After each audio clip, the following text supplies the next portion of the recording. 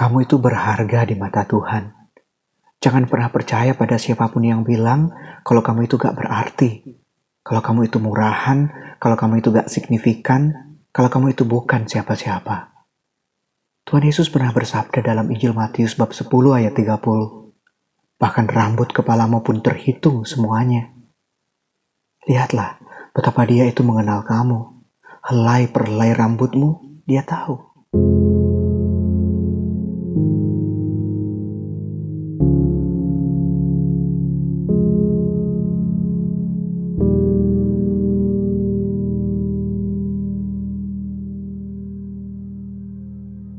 Pernah gak sih kamu bertanya, sesayang apa ya Tuhan sama aku? Pertanyaan ini klise banget, tapi layak untuk kita renungkan. Mengapa? Karena kamu dan aku, kita patut tahu apa yang Tuhan sudah lakukan untuk kita. Sepenting itukah untuk tahu? Apakah setelah tahu sebesar apa dia mencintai kita, kita harus membalas cinta itu? Bukannya cinta itu bukan balas budi. Cinta memang bukan balas budi. Tapi kita harus tahu kalau dia sesayang itu sama kita dan dia tidak pernah memaksa kita untuk membalas cinta itu. Kamu harus tahu, dia melakukan terlalu banyak hal buatmu bukan untuk mendapatkan cintamu, tapi justru supaya kamu mendapatkan cintanya.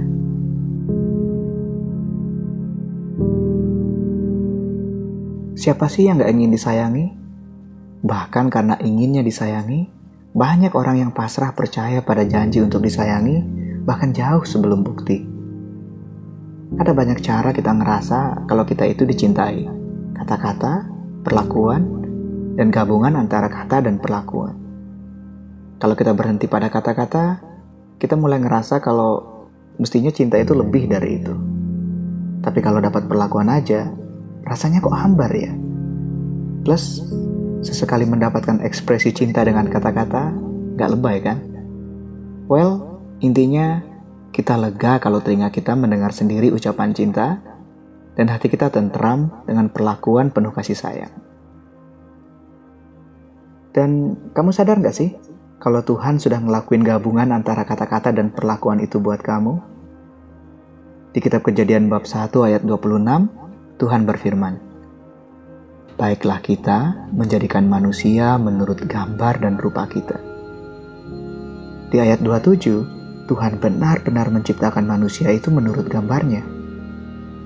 Di ayat itu dikatakan, maka Allah menciptakan manusia itu menurut gambarnya. Menurut gambar Allah diciptakannya dia. Laki-laki dan perempuan diciptakannya mereka.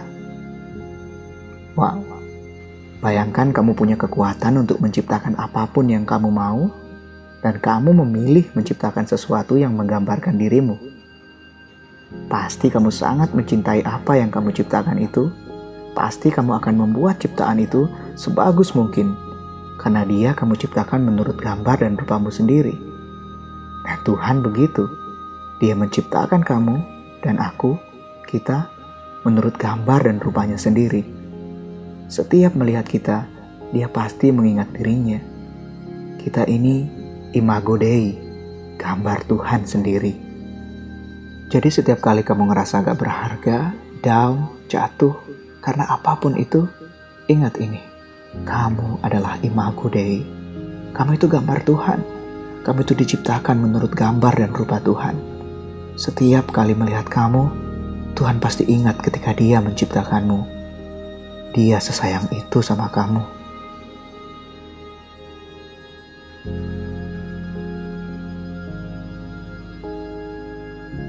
Bahkan ketika manusia pertama, Adam dan Hawa jatuh dalam dosa, dan upah dosa adalah maut, sehingga rusaklah gambar itu, rusaklah martabat manusia sebagai gambar Allah, sebagai citra Allah, sebagai gambar sang cinta sejati. Tuhan tidak tinggal diam. Dia mengutus putranya sendiri untuk memulihkan gambar itu. Anak tunggal Bapa, Tuhan Yesus Kristus, Sang Sabda, telah mengosongkan dirinya sendiri dan mengambil rupa seorang hamba dan menjadi sama dengan manusia. Kelahirannya adalah persatuan sempurna antara kemanusiaan dan keilahian. Dosa yang upahnya adalah maut itu telah Dia kalahkan dengan pengorbanannya di kayu salib, dengan kebangkitannya, agar kamu dan aku, kita dapat kembali hidup bersatu dengan Allah. Dia memulihkan kembali gambar itu. Dia mengembalikan citra itu. Dengan cintanya, Tuhan Yesus memulihkan martabat kita sebagai citra Allah. Citra Sang Cinta. Dia sungguh mencintaimu dan tidak menginginkanmu selamanya terpisah dengannya. Kamu itu berharga di mata Tuhan.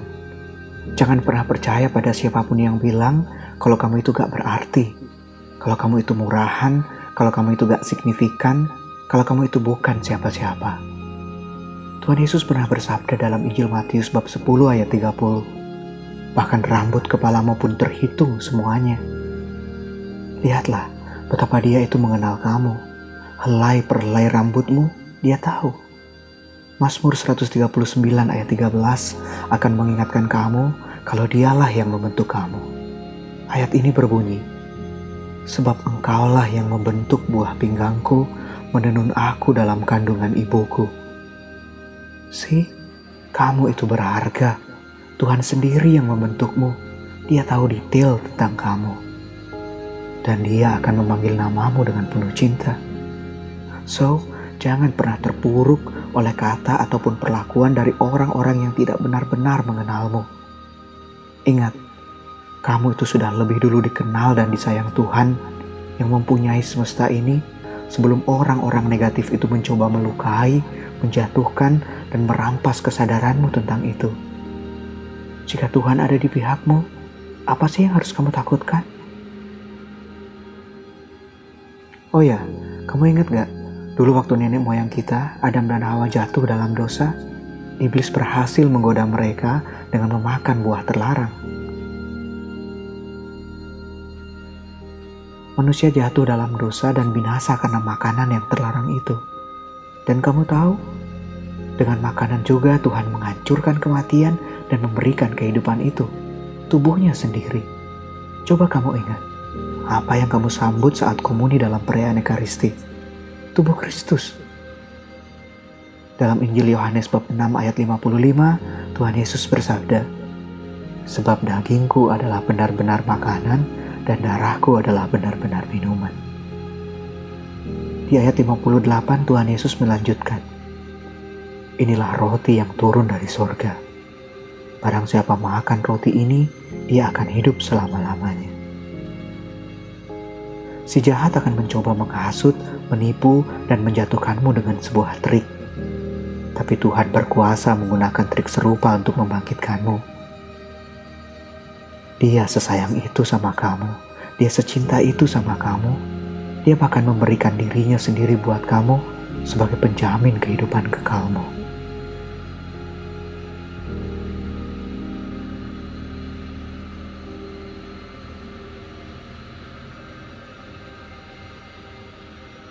Tentu kamu masih ingat kan waktu Tuhan Yesus bilang, tidak ada kasih yang lebih besar daripada kasih seorang yang memberikan nyawanya untuk sahabat-sahabatnya. Itu ada di Injil Yohanes bab 15 ayat 13. Dan lihat apa yang sudah Dia lakukan untukmu. Dia benar-benar telah memberikan nyawanya untukmu, untukku, untuk kita semua. Kata-kata sayang yang Tuhan Yesus ucapkan gak berhenti jadi sekedar janji, tapi Dia buktikan dengan tindakan kasih-Nya di kayu salib. Kalau dulu Papa Abraham, Papa iman kita, rela mengorbankan anaknya demi ketaatannya pada Allah, dan pada akhirnya Allah mengganti korban itu dengan seekor domba jantan, kini Allah Bapa benar-benar memberikan anak tunggalnya sebagai korban salib untuk menebus dosa-dosa kita. Unbelievable. Tapi itulah faktanya. Dia memang sesayang itu sama kamu, sama aku, sama kita semua.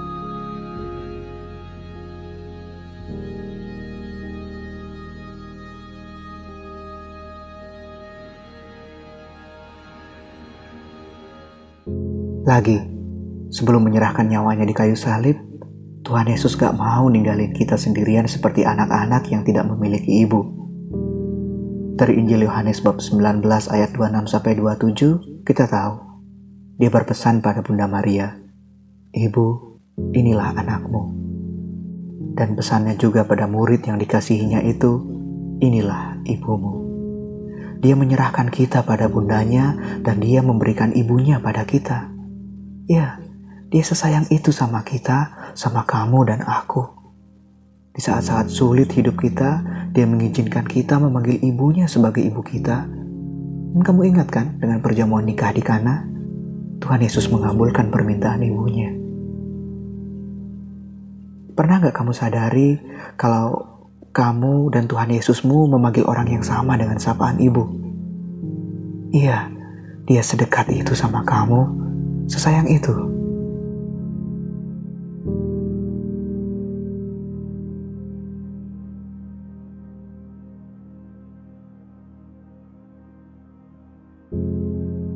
Gak berhenti di situ. Sebelum naik ke sorga, Tuhan Yesus menjanjikan Roh Kudus pada para muridnya. Tuhan Yesus tidak mau meninggalkan murid-muridnya sendirian.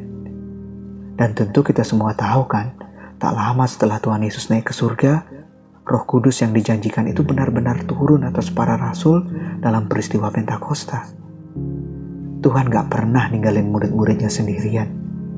Dan kita semua yang udah dibaptis juga dalam nama Bapa dan Putra dan Roh Kudus. Roh Kudus yang sama yang dulu turun atas para rasul udah dicurahin juga pada kita. So, jangan pernah merasa takut, jangan pernah takut merasa sendiri, karena Roh Kudus, Sang Penghibur itu udah ada di dalam kamu. Tiap kali kamu merasa sendiri, minta Dia bimbing hidupmu.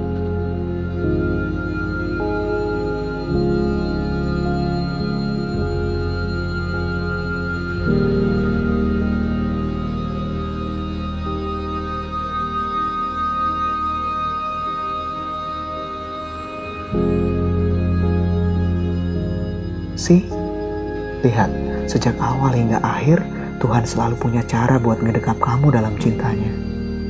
Bahkan, dari Santo Paulus kita tahu kalau Roh sendiri berdoa untuk kita kepada Allah dengan keluhan-keluhan yang tidak terucapkan.